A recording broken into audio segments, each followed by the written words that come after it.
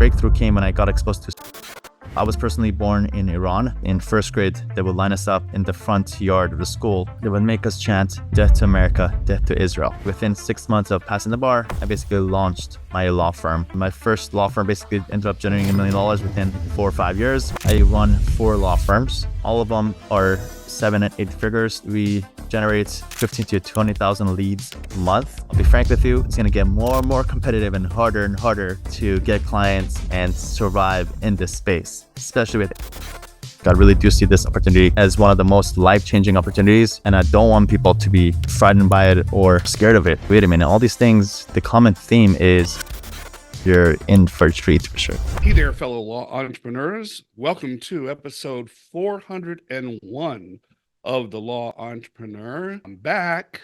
You didn't think I was going to be gone all forever, did you? I'm Neil Tyra. I'm your host today, and I'm joined by my good friend Sam Malai, who we're going to announce is going to be taking over The Law Entrepreneur and is going to be taking it to that next level, as Sam is so capable of doing with everything he touches. He takes it to the next level, the best version of anything that it could be. And so we're really hopeful that that is the case here with the Law Entrepreneur. Sam, welcome. I'm terrifically happy to have you here today, and going forward, I'm really looking forward to it. It's pretty exciting. I appreciate it, Neil, and I'm super grateful. First of all, thank you so much for the opportunity.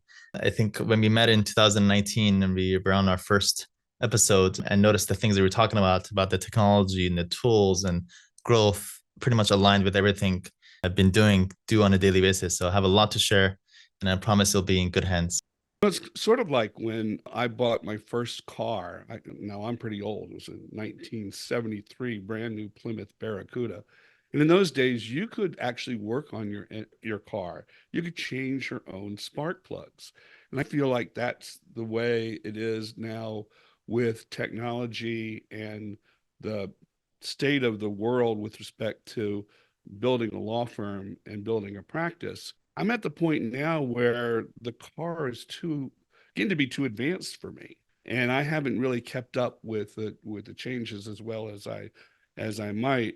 So when I took a little break from recording the podcast in February and tried to decide where do I want to go with this podcast, the overarching idea in my mind was to maybe seek out somebody who is more on the cutting edge than I am.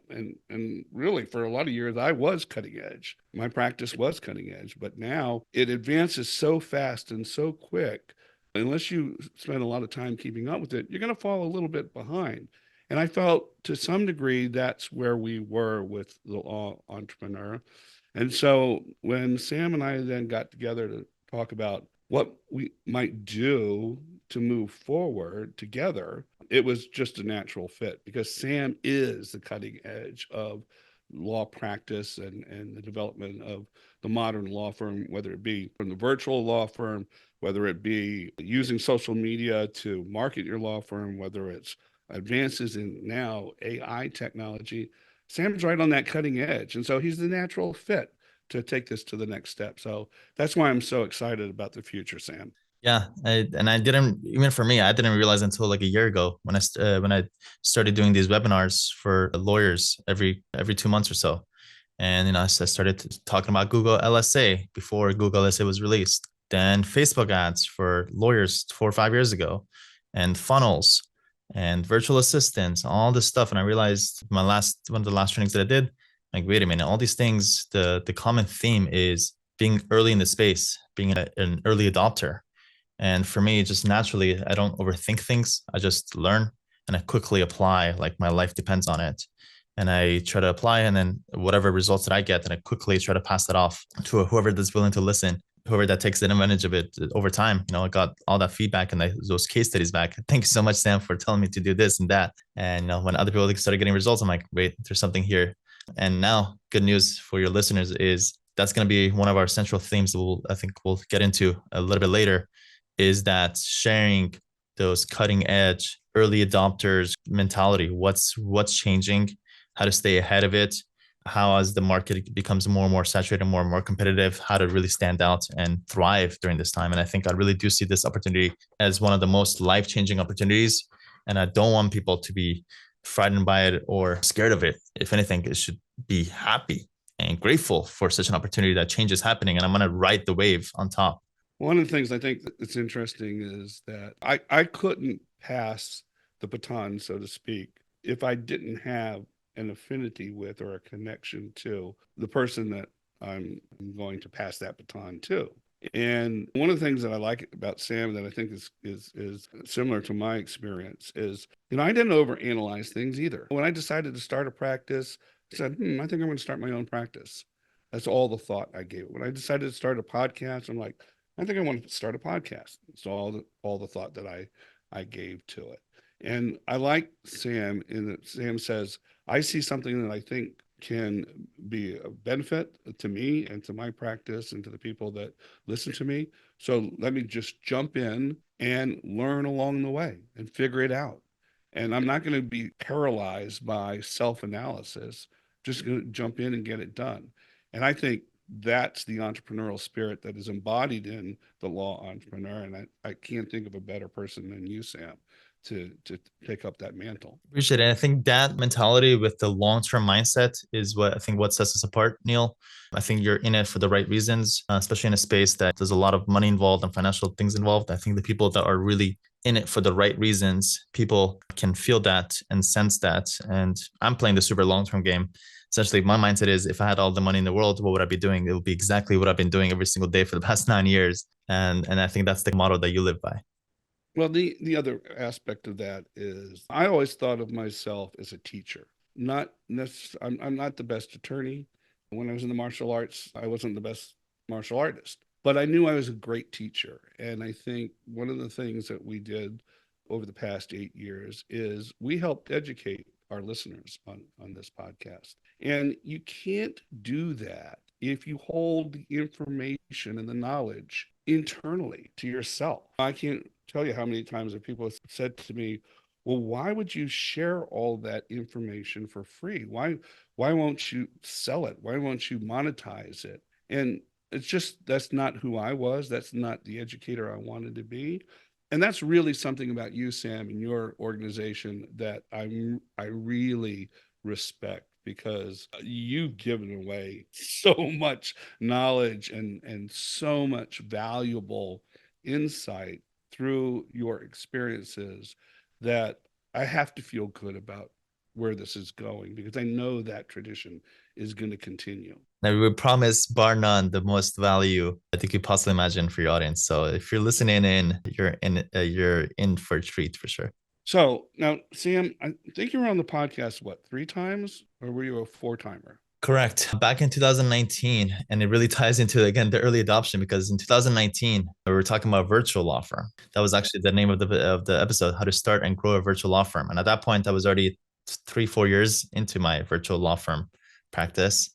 And I came and shared my successes with that, leveraging technology and automation to scale the practice. And in 2022, I got an episode on October 26, 2022, talking about acquiring new clients through sales funnels. So that was ahead of its time. And then in 2021, we talked about 5 tools to automate your law firm. So a lot of things about automation. So a common theme, 2 or 3 years before it became mainstream, talking about those things. And now for the past almost 2 years, a year and a half at least, it's been a lot of AI and ChatGPT focused about how to apply this AI change that's coming, how to apply to the practice of law. And I have a lot of practical things that I do on a daily basis, and I pass that off, and I'll be sharing a lot of those with your audience. So one of the things that I always did on the podcast, and for those listeners who either are reconnecting with us or are new listeners who are excited about going forward with episode 401 and beyond, is I know the backstory of Sam's experience. That's why I had him on the podcast. But if you go back and listen to those podcasts, you'll hear me pose this question. And I'm going to pose it again, Sam, to you. Sam, tell us a little bit about yourself and how you came to be where you are today. So I'm 36 years old. I live in Los Angeles right now, and I see myself as a legal disruptor. I like looking at the world differently. I like questioning things. I like efficiency. I like quickness, scalability, automation, leverage. I'm huge into leverage. So all these Silicon Valley mindset, I try to bring that to the legal space. I was personally born in Iran, and the country is doesn't provide that much freedom to a lot of religions. So my family actually left because of religious discrimination. And just a quick little story that I was try to share to show the polar world that we're in is in first grade, they would line us up in the front yard of the school. And for a good 30 minutes, every single morning, they would make us chant, "Death to America, death to Israel." And at the time, I knew what Israel was because I'm Jewish. So I would skip over death to Israel, but the part would say death to America, I would repeat it because I was just told what to do. And I had no association at the time with America. I just knew there was a lot of Jews have left to America. That's all I knew about America, but I don't have any association. So I would say that literally death to America. Please don't cut this out of context and say that I said death to America. But lo and behold, we ended up essentially escaping out of Iran. We actually went to Austria for 4 months to get our, I believe, a green card or visa, whatever that was. I think a visa. And then we came to Los Angeles and been living in Los Angeles since as of, I guess, since for 25 years now. And thankfully, because of all the opportunities and the freedom to be able to work hard, go to good schools, be surrounded with good people, been able to take a path that I'm proud of, which is basically be able to not just grow myself, my own family, but also have a deep desire to help other people. I started multiple businesses while I was in middle school and high school. But one of my biggest business achievements when I was in high school was I started a tutoring company. It was actually my first take at marketing, and I didn't realize this until later. I needed clients for tutoring. So I thought about where would be the best place where I could basically go and market myself. And I realized I could just go create a poster and I could put it in the honors office room. And I thought if there's honors kids that are looking to get tutored, right, people that are looking to grow, that'd probably be the best place to place the poster. So I put my poster there with my phone number. And a couple of days later, I get a call. "Hey, can you tutor my son?" "Sure." So I started filling out my schedule. Within a couple of weeks, my entire schedule was completely booked.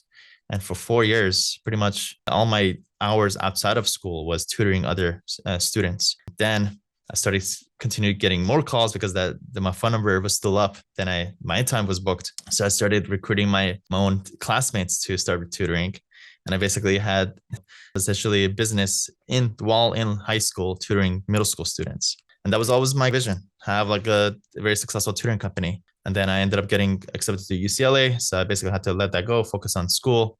Then I ended up going to law school. I didn't necessarily always wanted to be a lawyer, to be frank, but I'm glad I did because law school gave me the advantage to be good at writing, to think critically. And pretty much when I was waiting for my bar results to come back, I was working at an employment law firm and I started questioning life. And I started questioning where my future would be. I was doing a lot of discovery work. I was doing motions and demand letters. I'm like, wait a minute, this is not what I signed up for. I didn't go through all these years of school to sit here and copy and paste paragraphs and lines from different documents. And even before I was waiting for my bar exam, I'm like, what am I going to be excited for when I do pass? So that's when I started soul searching and I started asking around. And I basically met somebody who's older than me who basically went and started his law firm. And the light bulb went off that basically if he can do it, so can I. And I basically, within 6 months of passing the bar, I basically launched my law firm called Mollaei Law, which basically at the time we did business law, LLCs and S corps and contracts and whatever I could do. So my first year, no idea how to get clients. I had 0 clients, but I had a lot of time on my hands. So while everyone else was working, I was sitting at home watching YouTube videos and reading books. But luckily, I was always a doer. So I would read, I would go create the website. I would go read, I would go create SEO pages. I would go read, create funnels. So just learning and adopting of creating websites, SEO. Then I got into Google Ads pretty early in my career. And then I think my breakthrough came when I got exposed to sales funnels. And sales funnels was basically just like a system for generating clients. And I looked around and I noticed that there's a lot of funnels when it comes to coaching space and high ticket and e-commerce. But I'm like, where's the funnels for lawyers? And I realized there isn't such a thing. It hasn't been created. So I created my first funnel for my LLCs, and lo and behold, and when I would turn on, and it was connected to Google Ads, so Google Ads would send the traffic to my funnels, and the funnel would flow them to go to the order form, submit the payment, to collect the information that I need for me to be able to file their LLC.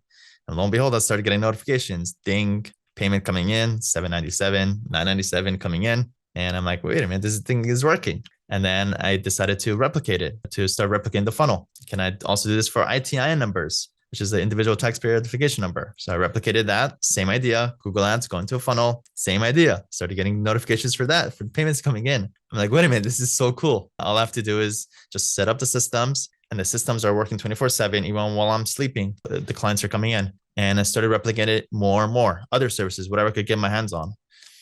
So it ended up working out well. My first law firm basically ended up generating $1 million within 4 or 5 years. Then the funnel software that I used to create these funnels was with this tool called ClickFunnels. And when I went to the ClickFunnels conference, is about 6 years ago, I got exposed to this whole world of the online digital space of these young people who are creating these funnels and these systems to be able to make millions of dollars online. I'm like, if these guys can do it for these smaller, obscure niches, then for sure the legal space can apply these things. So when I came back, I started preaching about this for lawyers. And that ended up launching a company called Legal Funnel, which is a perfect name, funnels for lawyers. And I started teaching, being a preacher for lawyers, and everybody's been doing websites and SEO, but there's a better system called funnels. And if you set it up correctly and you follow my recipe, then you can also launch your own funnels. Basically ended up being a coaching program, passing off the systems, the funnels, the emails, the texts, whatever stuff that I could give for other lawyers to be able to apply this same system. And that was what I was in 2 or 3 years, every single Friday, teaching this rinse and repeat. And I ended up teaching 10 sessions, 10 modules or 10 sessions of this curriculum. And after I did it 10 times, I started getting data. People started asking me about, how do you hire, Sam? How do you keep track of your KPIs? How do you do this? And I realized, wait a minute, there's more to it than just funnels. There's also hiring and numbers and scaling and tools and all this other stuff. So I'm like, maybe I should not limit my program to just funnels. Let's rebrand to My Legal Academy. So My Legal Academy is, I believe we're 2 years into My Legal Academy, 2 or almost 3 years maybe. And My Legal Academy has been basically a platform, not just for me to come and teach, but actually the mission has been have other experts come and share their expertise when it comes to growing, scaling, automating, self-development, health, fitness, taxes, anything that comes from that basically taps into the lawyer growing. And while we're doing that, and what we do in Mollaei, just to be transparent, is we offer law firm growth implementers. We realize that information is a dime a dozen for the most part. We share as much as we can, but the value that we provide is people that are trained with our systems and our trainings who come and implement everything that we share inside the program. So when it comes to generating more clients, we have people that can help you with that. You need to set up your CRM, your automations. We have people that come set up with that. You need help hiring. We have people who know how to hire for you. And it's like a done with you law firm growth implementers that can help you with all aspects of growth. And then while that was going on, while I was thinking, I'm like, wait a minute, there's a bigger world here. There's also the world of people that really need the information and the knowledge and the cutting edge that you shared.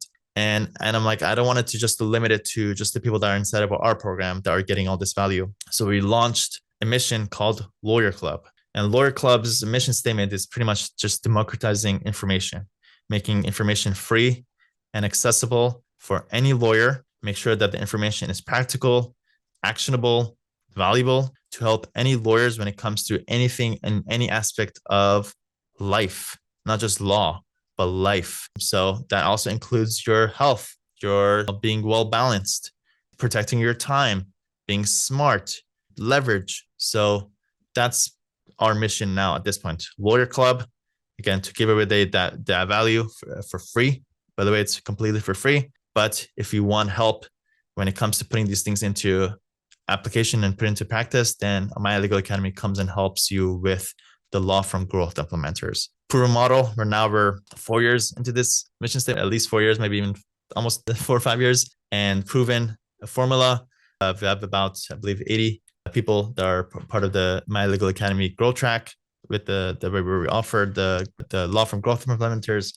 And now my focus has been sharing the knowledge, giving as much as possible, while our team is the one that's actually providing the service of the law firm growth implementers. Well, what we're clearly trying to and hoping for is that the law entrepreneurs becomes a central part of that journey for folks who want to avail themselves of what's available in the Lawyers Club, and also advocates on behalf of My Legal Academy as they try to implement what they've learned in the Lawyers Club. And I want to just point out that the world is full of folks that want to tell you they have a system and want to share with you how they can make your life better and richer and easier and all these things.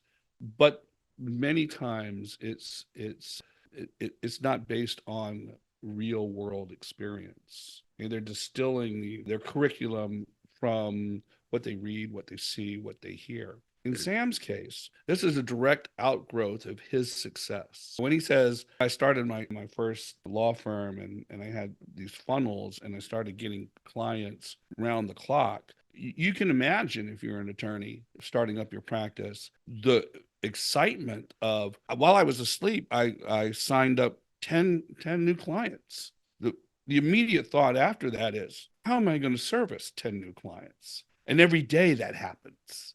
And so Sam had to figure out how to staff, how to hire, how to create systems, and all of what he shares in the Lawyers Club and all that the facilitators in My Legal Academy help participants with is based on what he's learned hands-on. So this is not a theoretical exercise. It's not a curriculum culled out of public domain. It's hands-on, real world, real life experience distilled in actionable and directly traceable steps. So that's why it has so much value to me. Okay. And I just want to bring out one more thing, Sam. You didn't just stick with one law firm and create the Lawyers Club and My Legal Academy.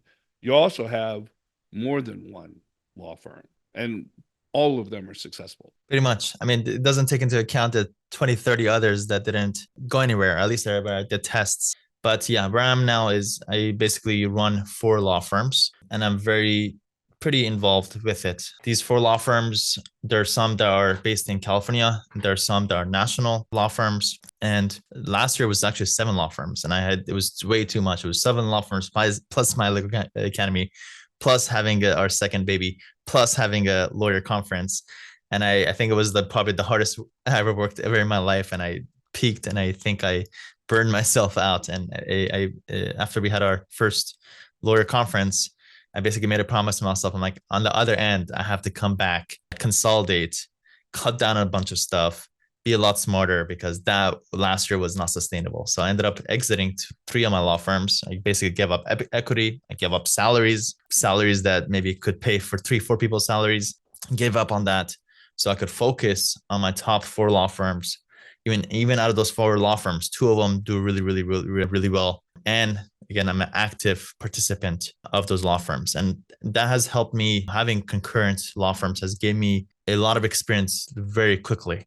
You could just imagine how much experience you get with one law firm, let alone imagine 4 different teams, 4 different marketing systems, 4 different KPIs and things. I'm able to get that experience very quickly. And just to share some numbers, I actually had this big dilemma. I had a life coaching session this morning, and I had this big dilemma. I'm like, I don't like talking about the numbers. At the same time, I need to build the trust and provide the proof. So again, I apologize. Yeah, the validation. So I just straight up give the disclaimer. I don't like talking about the numbers. I don't love talking about myself. I just do it to make sure that people have the authority or the thing that they know that I know what I'm talking about. But 4 law firms, all of them are 7 and 8 figures. 2 of them are eight figures. We generate 15 to 20,000 leads a month, which comes out to about almost 800 leads a day, which gives me a lot of experience to know what it takes to generate leads. but more importantly, how to sign them up. And the sign up is the hard part. And I think that's what I've been mostly focused on, is the signups. We'll get into the weeds of all these things, by the way, everything that I shared with you, and how to generate them, how to sign them up. Right now, these days, we sign up about 900 clients a month across these 4 law firms. I think I've been able to sign up over 34,000 clients in my lifetime. My first law firm has 3,800 Google reviews. We have over 200 case studies of people who have joined our program and got good results from it. And again, the common theme is anything that I share is not theoretical stuff. And I think that really sets us apart from anyone else. The experience that other people have is just, here's my experience, how I was able to grow my marketing company to get you. So let me give you that experience that you need. And I've learned that the nuances of running a law firm is a lot more complicated and a lot more to it than the nuances of a marketing company or something else. All the nuances that I share is literally hands down. It's the practical stuff about, here's the pains that I had about hiring a lawyer or the staff, the intakers. Here's how I was able to incentivize the intakers to get us to 100 clients a month. And here's how I did it. And I think that's where the true value comes from our program, is that practical, scalable experience. 900 clients a month. I know entire law firms that don't get 900 clients a year. So, I mean, it's really, the scale is staggering of what you've accomplished. I want to wrap up here, Sam, in this first welcome back, and let's head into the future episode of The Law Entrepreneur, and just touch on the first 400 episodes. We basically had 3 themes or 3 types of guests. We had the successful solo or small firm practitioner who had a lessons learned type story to tell. Then we had the entrepreneur who had a mindset or a skill set that I felt lawyers would be well advised to pay attention to. And then lastly, we had what I'd like to refer to as our gadget folks. People who had a product or a service that solo and small firm practitioners might find useful in growing their firm. We've sat down and talked about the future of the law entrepreneur and come up with 3 practical and arching themes going forward. And I wondered if you'd like to take a couple minutes and introduce, since it's going to be largely shifting to you as we go forward, have you introduce the 3 new themes for the law entrepreneur? For sure. And as you said, it ties in a lot of what you've already built and spoken about. So if you're a listener, this is going to really resonate with you. And a lot of thought has come to this, months and years of thinking about these things to be able to share these 3 themes with you. Number 1 is early adoption strategies in a super competitive landscape. I'll be frank with you, it's going to get more and more competitive and harder to get clients and survive in this space, especially with AI coming. But good news is we'll be that source to give you literally the most up-to-date as the week, as it's coming. And then have our next episode, we'll do a little preview of next episode, what's to come.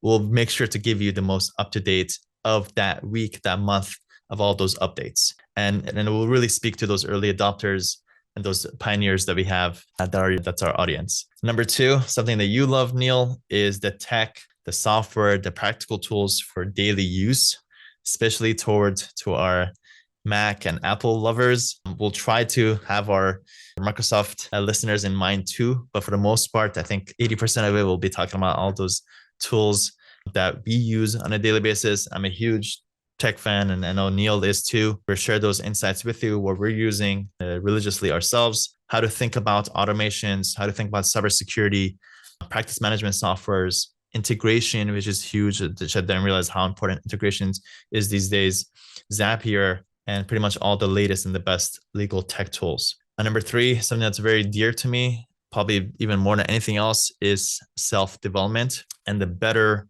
you and the mindset aspect of life. So I realized as I was doing my coaching program is, I could share all the tools and resources and everything in the world, but if you don't feel good, if you're not in a good mental space, if you're dealing with stuff that are out of your hands, it doesn't matter what resources I can give you.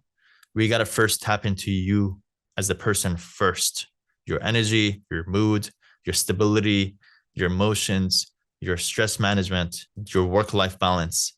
So that will be a big focus for us. And sometimes a lot of these things, especially when it comes to development, is obvious, but we'll try to be that source of reminder for you to give you that budge.